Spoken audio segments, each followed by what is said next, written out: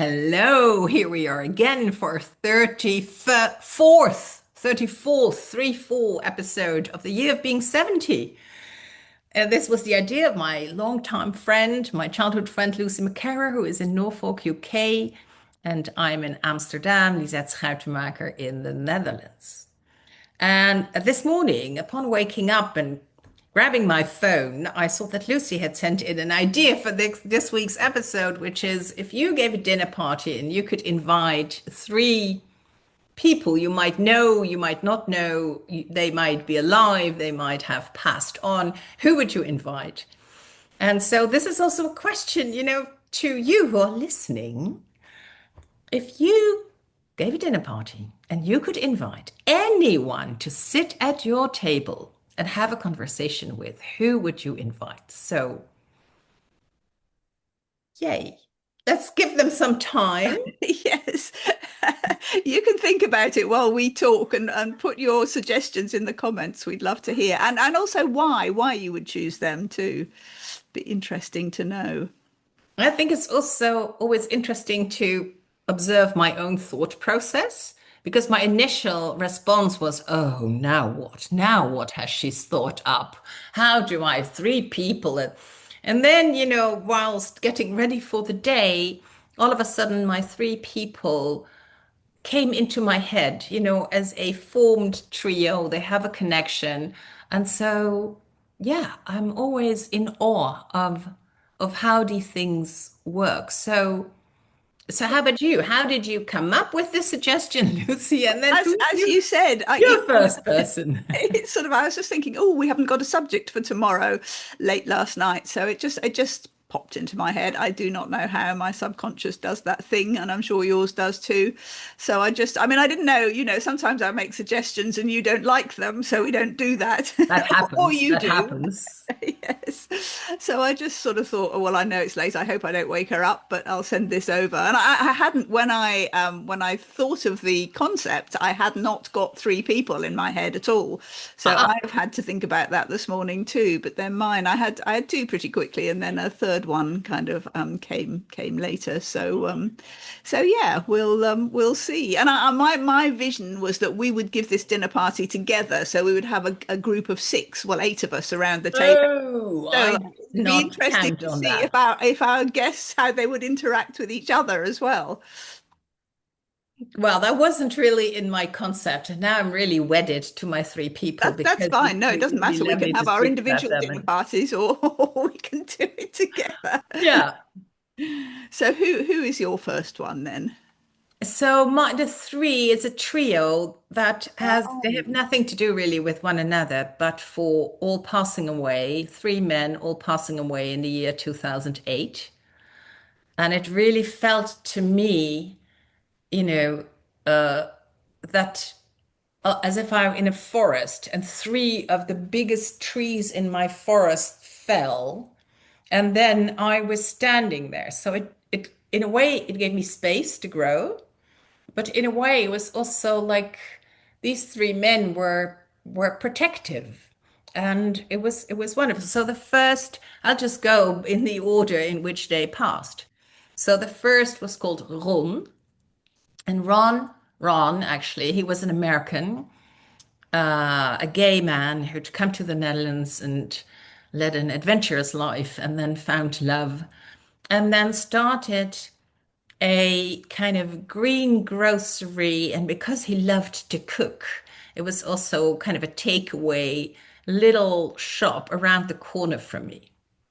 And in the beginning, there were people, like someone I vaguely knew would sit with him in the kitchen, and I would be a bit like envious of, wow, she obviously has this connection, and I'm kind of this uppity person, this who finds it sometimes people kind of project things onto me that I'm kind of, snobbish or arrogant or standoffish.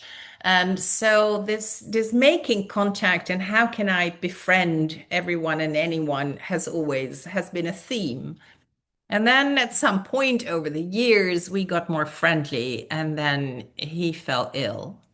And at that time, I had finished a Barbara Brennan School of Healing. I had my BSc in healing science, and this one woman who would sit in his kitchen and had already befriended him uh, was ill, and I would give her healings, and the healings would alleviate her pain. She would be in constant pain, and for a few hours after she'd been with me, she would be free of pain, which was a miracle to her. And then, so she'd said something to Ron, and he was not a believer in any of this. But he was very angry. He was very angry that he was dying. He had so much life in him, so much lust for life. He just wanted to live. And so then he was already so sick. I used to come to his house and kind of have a chat and do a healing. And And it was beautiful to see like his anger kind of dissipated and turned into gratitude. He kind of made his peace with God, although he did not believe in God, not as a man with a beard on a cloud. He did not really, but still nearing death, there was something there. And yeah, it was a very beautiful process. And as you may know, I've always been so curious about what's before life and after life. So I would love to see him again. I just miss him. He died on the 8th of January 2008, and I would love to have him at my table and bring some of his wonderful dishes. That's a lovely story. How about you? Well, Who's I've your gone down a first person? completely different route, and I have gone for famous people that everybody will have heard of. So completely different. I don't know any of them, haven't known any of them personally, and that's kind of why I want them to come to dinner. So my first one is perhaps the biggest writer of all time, and it's William Shakespeare. So I Ah, would like to invite Shakespeare to dinner because there are so many. Well, for a start, I mean, was an unquestionable genius. And so many of his turns of phrase and quotes and words even are just, we just use them in the English language and we don't even realize that they come from Shakespeare. They're just absolutely embedded in.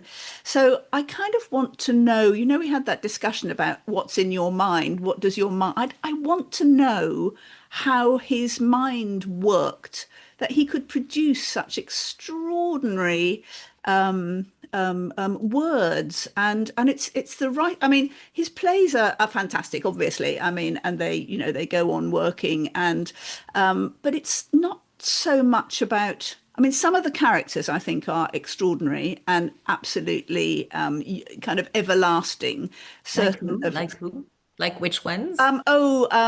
Putting you on the characters. spot now. Yes, yes. So characters like Falstaff, for instance, the big kind of characters, the comedies, like in Twelfth Night, Malvolio, is just such a beautiful kind of I know portrayal. nothing. I know nothing of these. I don't know who Flagstaff, Exactly. Falstaff is. I don't know the place you name. No, I no, know no. only the obvious ones. But you in the UK really live with this man and his work, right? Yeah, well, yes, I wonder how much we do it. I mean, when I don't know, when I Hmm. was younger, I don't know, theatre and plays seem to be much more part of the national conversation and culture, and I'm not sure how much they are. I mean, they are obviously, and they go on being produced and all that sort of thing, but I don't know that theatre has such a big place anymore. But anyway, yes, nonetheless, and he did, create some wonderful female characters as well. I mean, often they kind of, I mean, two of the best of them are they dress as men during the course of the play in order to have agency. Hmm. So like Olivia in Twelfth Night and Rosalind in Much Ado About Nothing, for example. But it's not just the work that I want to talk to him about. It's No. about what was it like in Elizabethan England. And, I mean, I could When was ask. that? Elizabethan England for people who don't know that. When was that? Oh, sorry, sorry. So that was the sort of late 1500s, I suppose. Yes, I'm not. I don't actually don't know Shakespeare's his dates, and I don't think he was. I think he was probably in his 50s when he died. And Hmm. yeah, I mean, he was an extraordinary man because he came from a sort of small town, Stratford-on-Avon, and came to London to be an actor and a playwright. And he was also, massively successful. He was an entrepreneur. He made an awful lot of money Mm. doing what he did. So, not only brilliant plays, but incredibly successful and popular ones. And I think he was also an actor, and he had his own theatre. So, he was a Wow. businessman as Yeah. well. And I'm kind of fascinated by that combination of creativity and kind of business acumen, and how that worked then. And I would also love to know what he actually looked like, because we've only got this. I mean, we have two or three kind of images of him as somebody with a high forehead and receding hair, and it says nothing really. I would love to know, what he was really like, what he sounded like, what his voice was like, um, Mm. How and I he think people had. spoke. Did he speak in the rhymes? Did he speak like he Yes, wrote? yes, Yeah. exactly. Did he naturally converse in rhyming couplets? Who knows? But then Yeah. he wrote these amazing poems as well, the sonnets, and which are extraordinary too. So, just very, very, the greatest mind in my. I mean, obviously there are, other great minds around, but for me, that's he's probably the greatest creative mind that I would like to meet and unpick Hmm. and talk to. So that's my first A guess. wonderful idea. And the most Shakespeare I heard was when my friend Robert Alfred enrolled in the company with Richard Olivier, who was the son of Laurence Olivier, Oh, the great actor. And Richard has leadership programs where, the plays of Shakespeare, you know, showed various types of leadership. And my yes, friend Robin could recite and I was like, wow, I know nobody in the Netherlands who can recite anything. We don't have anything like that. We have our paintings of the 17th century, but you yes. really have Shakespeare that is ongoing, someone whose plays are still played 500 years later. It's amazing.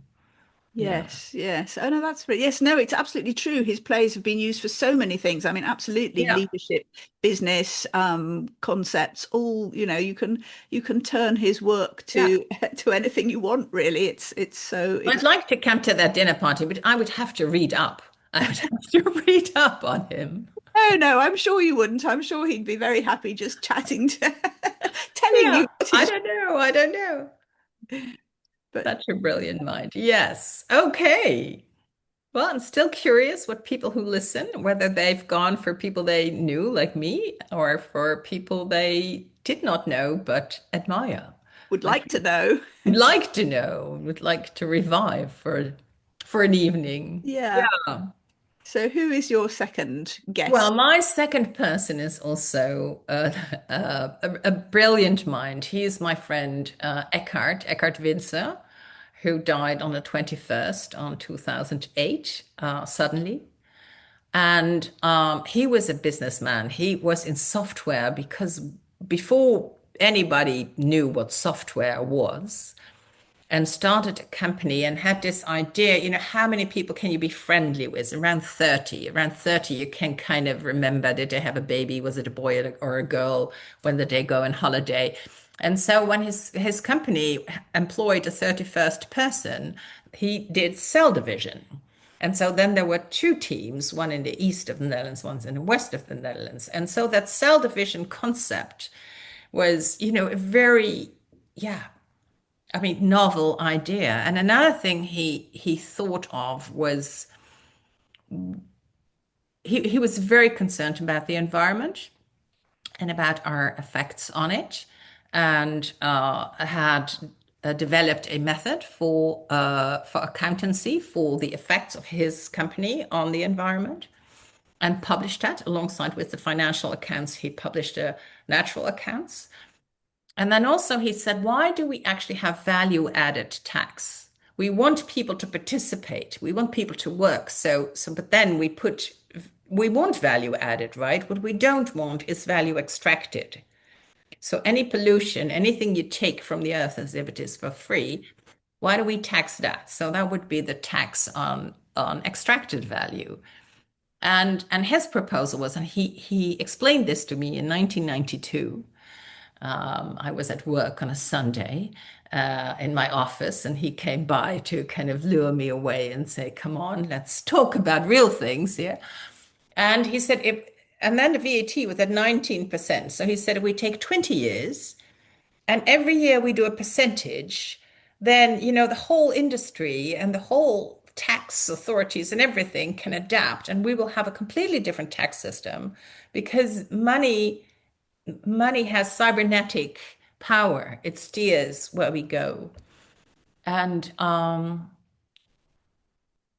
it's still alive after his death, where I was like in tasked with two others, with his daughter and his business manager, to kind of yeah, do I don't know how that's all called, but to engage with his will. And it took us 7 years. He had so many investments. He had so many, yeah, things, and then we decided to make a foundation for this piece of work. And one of his wonderful the people he employed, a wonderful woman, is still leading that. So that is now 17. Well, she started I think in 2010, so about 15 years she's been researching and lobbying. And it's still a very good idea. It's still a very good idea. It is in the programs. It was in the programs of two of our parties in our recent elections of our Great. government that now fell. But so I hope it will come again. And with everything that's happening in the world, the attention is now very much on war and defense and spending for defense, and not so much on climate and how we are affecting the weather and the ice caps and biodiversity or extinction of animals as we speak. So I would love to know, how does he see this now? Where, yeah, what would he do? Where would he, yeah, put his attention? Yeah, I would love Yes. to have a conversation with him about, all these years in between when there have been so many COPs on climate change, Yeah. and so there is more awareness. It's like more normal, but our behavior hasn't really changed. No, and So so no, I was going to ask you, so has that concept sort of moved, have you been able to make inroads into actual, the government and power, if you like, where it could be introduced as a potential tax? But it sounds as if you've got two, even if they're not in power at the moment, two parties who have got that on yeah, their yeah, they're not in power. They're smaller no. parties, more aware parties in our multi-party system in the Netherlands. Well, what is one thing is when he first explained it to me, there were very few people who could understand this concept. And when he died, I was actually asked me, can you explain the concept to, I mean, it was a 1,000 people funeral. It was a huge event. Wow. And now everybody gets this concept. So there is and it's so interesting how, an idea is being, Yes. there's these four phases of it being kind of not understood and negated, and then people get angry about it, and then they accept it. So I think this idea is accepted, and now people say, "Well, it's too difficult" or whatever. But I think it is still around as an idea, And and it's sort of yes. Oh, that's brilliant. Interesting yeah, that you were charged by him to kind of keep working. This seems to happen to you because your friend with the book idea asked yeah, you to carry that on. You seem true. to be That's sort of true. you I'm seem charged by the dead to do the yes, unfinished business. Yeah, well, exactly. he charged me with his will, and then yeah, actually his business director came up with this brilliant idea to put some money towards this foundation. And I haven't been in touch with them much, but I just got an email saying, we're still here, we're making progress. You'll very soon hear of us again. So that's great. Fantastic. So And get I really hope that Europe and the EU can take the lead in these things. right, right. Yeah. Have yeah. Oh, wonderful, wonderful. So will he and your first guest, will they get on well together, do you think? No, they will get on well because they both smoked pot. They're both hippies at heart. They're both rebels. Oh, they will get on famously. So Yeah. your dining room or wherever you're having your dinner will have a heavy smell of weed Yeah, hanging no, no, over not it. here, not in the house, you know. It will be maybe in their clothing, but not, no, not in my house. But no, they'll have a good laugh. I thought we have this kind of round table that seats four, so I wasn't inviting you. Oh no, that's fine. I'm Just happy gonna not to have be this, invited. Dutch Oh, dinner.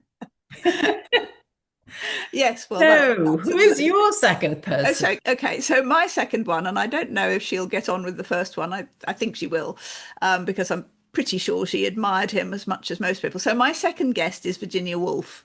Hmm. So you know Virginia Woolf, have you? I don't know if I you know of Virginia know Woolf. of I her. have read, I think I have a little booklet here, To the Lighthouse, and of course I have Yes, work. yes, that's one of her most famous novels. So she wrote Yeah, novels essentially in the 90, oh gosh, I don't even know her dates that well. In the 1930s, I think, sort of maybe 20s. I think she may just have been born at the end of the 19th century, but yes, possibly.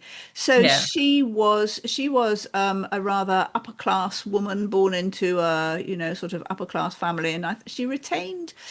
She was an absolutely brilliant writer, in my opinion, and many people's opinion, obviously. But as a person, I don't know how much I would actually like her. I think she retained quite a lot of her kind of upper class snobbery, to be honest. But she was a part of that artistic creative group with her sister Vanessa Bell, who was the yeah, artist, called the Bloomsbury Group. yeah, And that holds a kind of fascination for me, and that included Keynes, the yeah, economist, and yeah. other artists, Roger Fry, and many of them, and they all sort of lived in Bloomsbury for a time, and then And they sort of Bloomsbury is what? Is that a village or it's is it it's a no, part of London? Bloomsbury is an area of London, not a it didn't used to be a particularly smart area. I think I'm right in saying even at that point it was, I mean, it's got lovely houses, and it's sort of where the British Museum is. It's kind of around that area to Mhm. to kind of locate it a bit. So yes, it's got lovely big houses where these wealthy families lived with their servants and And various lovers, I would think. yes, yes, exactly, exactly. And I would love to. I mean, I went through a phase when I was probably in my 20s of reading Virginia Woolf's diaries. People kept giving them to me because I was reading them every Christmas and birthday. I would get another volume of her diary. So I kind of feel that, well, for a time I was very immersed in that sort of world. And her novels were, they seem quite ordinary, if you like, at the moment, but they were kind of stream of consciousness, not in the way that James Joyce was with Ulysses, which is still, I think, pretty hard to read. Her novels are very easy to read and but they took place in just perhaps a single day or a short period of time, and the detail and the kind of what's going on in people's heads as opposed to lots of incident were was very new at the time. And where I also feel that I have a connection with her was that she started her own publishing company. Aha. So I would like to, and she and her husband, Leonard Woolf, started, it was called the Hogarth Press, because at the time they lived in a house called Hogarth House. I think that's right, in Richmond or somewhere, and a completely different part of London. And yes, so she published, obviously published other novelists, and she was very supportive of other, new novelist literature, all that sort of thing. She had extraordinary relationships with people. I mean, I think she was essentially a lesbian, and she had a relationship with an even more aristocratic woman called Vita Sackville West. And but she remained married to Leonard, who was absolutely devoted to her. And but she was very delicate mentally. She suffered from really severe depression and had sort of episodic breakdowns. And eventually she committed suicide because she could feel another one coming on. I think it was just in the beginning of the war, and they by that time they had a country house in Sussex, and she filled her pockets with stones and walked down to the stream, the river, and Hmm. just walked in. So Wow. again, I would love to kind of talk to her about how her mind worked, how her creativity happens, and yet also, she was. I mean, I think Leonard was more the businessman, but she was part of this enterprise, the Hogarth Press, which And she wanted to get other people published, yes, like you exactly. do. So I see very much how your guests are a reflection of both the author that you are and the publisher and the entrepreneur that you are. Yes, yes, exactly. I think that is the link. But also with her, I would love to just hear about what it was actually like to be part of the Bloomsbury Group, what London was like in the 1930s before the war, and that sort of that ambiance again. It's sort of somewhere that I kind of live in my head occasionally, but of course I don't really know what it's like. So just like Elizabethan England, I'd like to know, what it was, what it developed into at that point. So I would love to have her to my dinner. I mean, it would be very overwhelming to have these geniuses sitting around my table. I Yeah, don't yeah, I to don't think think what I'd to have cook. much to say. Just Yeah. ask them questions, but it would be fascinating, and also to see if there was kind of interaction, and if they kind of thought about creativity in the same sort of way, and how characters and plays, novels, whatever kind of came into their heads. I would love to know the process. Somebody said the other day to me, asked, do you know the difference between Mozart, the way Mozart composed and the way Beethoven composed? It wasn't you, was it, who No, said it that? definitely wasn't me. I don't, you know me, I don't like music. I wouldn't have asked you Yeah, that. so Mozart heard like one instrument and then wrote for one instrument and then Right. wrote all the other instruments, whereas Beethoven heard the whole thing. So that was when he was Yes. turning deaf. I mean, of course, he could hear music, but he still heard the music in his In head. his head, And he yeah. basically wrote all the instruments at the same time. Yes, yes, That's that's very different. The creative process it can be is, very, isn't very it? different. Yes, that is, and that's fascinating. I've never heard that before, but I that's hadn't. amazing. Yes, so Mozart Yeah. started with, I guess, a melody more than, Yeah. and then filled in the kind of And then orchestration. build it from there. Yeah, So also, yeah, with yes, writing, you and start in actually, fiction, do you start? when you think Yeah, about their music, you can see that I yeah, mean, on the whole, Mozart is more kind of melodic. There's one yeah, main voice, whatever the instrument is. I mean, yeah. as I say, I'm no great musician or music appreciator, but I know. I can hear it and understand it, in a Yeah. kind of But intellectual it's also way. about, the way creativity works. Do people have like this whole thing, or do they Yeah, have characters and then have the characters interact and go somewhere and surprise them as an author? exactly. Yes, Yeah. So yes. I want to ask how that works for you, but we also have a third guest, of course. Yes, yes. No, tell us who your third Yeah, guest so is. my third guest is my father, Oh, how who nice. died on the 29th of July in 2008. And because they came as a trio, it would be really lovely to speak with my father again. He was born in 1925. So if he had lived, he would turn 100 this year. As it was, he was almost 83. And yeah, he was he knew my friend Eckhart, the entrepreneur, the software entrepreneur, and the rebel for a good cause businessman, and much admired him. And he did not know my greengrocer friend and would be a bit, um, I don't know, like they would have to find each other in a way. But yeah, yeah, my father had died from a brain tumor that they operated on, but could not take away fully because then they would also probably take other, brain matter. And then in the night after the operation, that was kind of successful. Um, he had a stroke and then was paralyzed, left part of his body was paralyzed then. And my parents had been so innocent about this operation because they thought, oh, the doctors will just, take a little spoon and kind of spoon this thing out a scoop of ice. And then next week, they had a cruise planned and everything, and they were not prepared at all for him dying. And yeah, and we had in my sense, so the death of Ron, was expected. Eckhart died of a massive heart failure suddenly, very suddenly, and also he was 68, almost 69, so I'm already older than he is, which is somehow strange. And so for my father, after the operation, I mean, he was bedridden, and we had actually a very beautiful, beautiful time together as a family.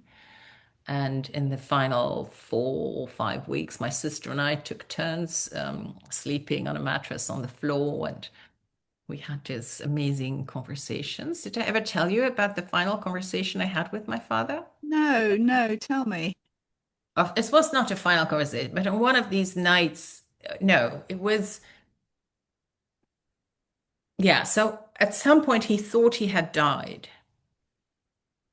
And he woke up and in the middle of the night he said, "Oh, I'm dead, am I not?" And I said, "No, you're still alive." And he said, "How do you know?" And I said, "Well, I'm alive and we're having this conversation, so you're also alive." And he did not find that good evidence.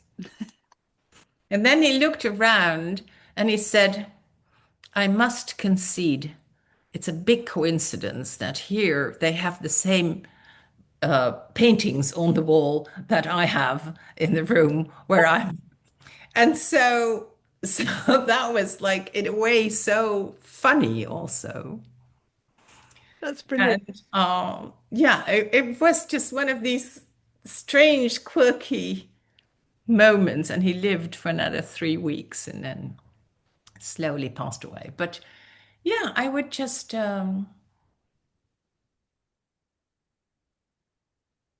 be lovely to see him again. Of course, of course. That's what you say about him waking up and thinking he died. My mum, who is, as we know, very, very old, and she keeps saying that too. I woke up this morning and I thought I died, and I was so annoyed when, When it hadn't and happened. I keep trying to ask her, what did it feel like when you thought you died? And she can't really. I said, did it feel like you've sort of separated from your body? Because if you think you've died and you're still existing, what Yeah. did that feel like? And I can't, she can't tell me. She Yeah. Is hasn't there really like a told me. separation, or do you then see your body Yes. somewhere else, or I perspective? don't think You it's don't have that, but I eyes think, anymore, but yeah, yeah. no, I think it was a sort of sense of peace, which then got shattered when her carer came in to, get her up. Yeah. So So a sense of peace is actually a good thing to live towards, yeah, isn't it? yeah, But absolutely. yeah, but then she's a bit annoyed that Yes, it she. still has to do more days Yeah, here. indeed. So what would you most like to ask your father if you had one question you could ask him now? What would you most like to? I don't know. I would just want to kind of describe my life to him and see.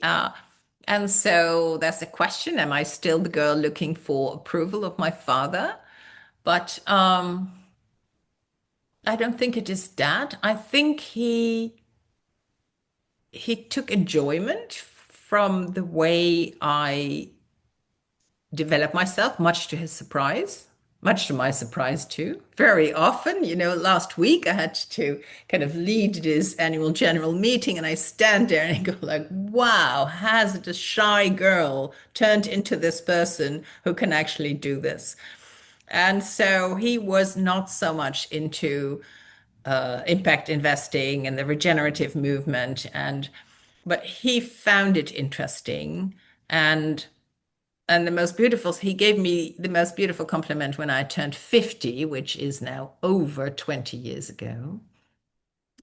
When at the dinner table with only men, I celebrated my 50th with only men, and he said, I often don't understand what you're on about, but I read about it in the papers 10 years later. So I would just, yeah, want to show him how this field has matured and see what he would think. Yeah, yeah. I'm sure he would be extremely proud. And that's a sweet thought to have, I think, Yeah, yeah, of it's course. sweet if you think Of course. make our parents proud, Yeah. is yeah, but he would also be interested in how does it work and what are you expecting? And those are always questions that I could never fully answer because he would come more from an economic way of thinking, and I would come more from a kind of generative way of thinking. But I would just love, and I think those three men would have a ball. They would have a really good time. Sounds wonderful. And another of your all male celebrations where Yes, another of my you're all the male princess. celebrations. There we go. Yes. And you, do you have another woman for us? Yes, my final guest is another, I think, great writer and entrepreneur, J.K. Rowling.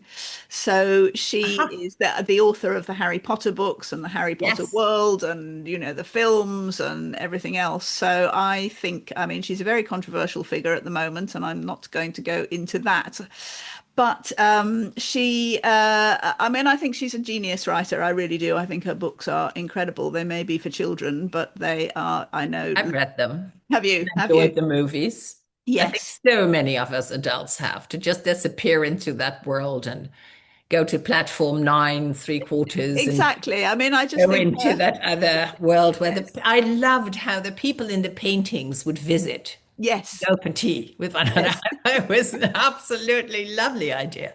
I know. I just love her creativity, that sort of, the things she creates out of such a fertile mind, such extraordinary, and, things that are actually quite normal now that were completely bizarre. Now you walk into an airport or a train station and you've got people talking to you out of, the advertisements Yeah, are videos and things. But when, you saw that in the movie or read it in the, yeah, the talking newspapers and things like that, it was just such an yeah, extraordinary idea. And she's yeah, sort of, I think great geniuses often do predict, the future in a way. yeah, And so I would love to talk to her again about how her ideas came to her and also her incredible persistence, because it's very well known that she was yeah, rejected by, loads of publishers before somebody, I mean, the great story is that an assistant picked the manuscript, her first Harry Potter manuscript, up out of the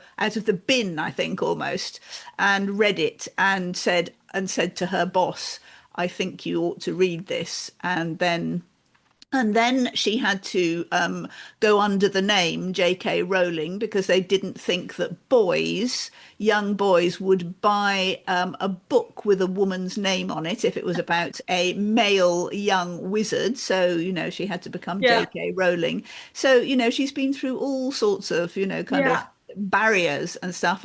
But she is one of the richest women in, well, certainly in the UK. I don't actually know, but she's also given a massive amount to charity. She does an awful lot of, sort of Hmm. good, positive work as well. But she's an extraordinary entrepreneur. I mean, she's built these companies, these businesses that have all sprung out of her imaginative, creative So work. what businesses has she built? Because I know Oh, I mean, she's written the books, and but after Harry Potter, has she written anything else? yes, yes, she has. She writes other books under the name of Robert Galbraith. She writes Robert Galbraith. So she took a She took men's it, yes, she name. did, because she wanted to. She started their detective stories, essentially. She has a detective And do you called. enjoy those? Yes, I love them. Yes, they're really, Okay. really complicated. Her detective is called Strike, and he has a woman sort of sidekick assistant called Robin, who is obviously in many ways much cleverer than him. But it's sort of they're a very good pair of characters, and they run a detective agency, and it's all the stories are all very current and very complex and have sort of societal issues embedded within them, which Hmm. I enjoy. And they're very good. But the first one she wrote, the first non-children's book she wrote under the name of Robert Galbraith because she really wanted to get a response, not as J.K. Rowling. She wanted to see if she, would But she could have picked a woman's name, so she it's could have done. interesting, this I kind think of. she wanted to completely, sort of throw people off the track, Yeah, okay. and not, not. But what companies has she started? So, I mean, her companies are all kind of around Harry Potter, I think, but there's Okay. Harry Potter World and there's, but they're very, I mean, so that there are like, I mean, there are the theatre productions probably fall into one, and there are the films, and she's Yeah. built business. I mean, they're all related, I believe. I mean, I don't know. For all I know, she has other companies that do other things. I have no idea, but she's sort of made them into, and then she has these, kind of like places. I can't think of the word, but sort of like visitor events, sort of tour, kind of Harry Potter world. And I mean, literally, kind of like going to Disney Studios. It's sort of Harry Potter, the places, the background, it's a tourist attraction, visitor attractions, that are apparently very successful, and people love those too. So again, she's just somebody who I have, huge admiration for, both creatively and business wise. I guess I just think she's extraordinary, and I think yeah, she has very strong views about certain things at the moment, which make her quite controversial. But she's I she's have no idea what that no, is. well, let's not But I go think into there's that it's right really now. good. I mean, it's so interesting that we have, for me, there was this trio of men who Yes. kind of suddenly, or not suddenly, but the big trees in my forest who fell away, who kind of also gave me space. And for you, it's like the author entrepreneurs. So I'm really curious and be so curious if people tell us who their three guests are and if there's a thread that they see between them. Yes. Yes, Okay. indeed. It would be, yeah. Ah, well, Oh, great idea, Lucy. well, it's your turn for next time. Oh my goodness. Okay. See you next week. See you next week. Bye.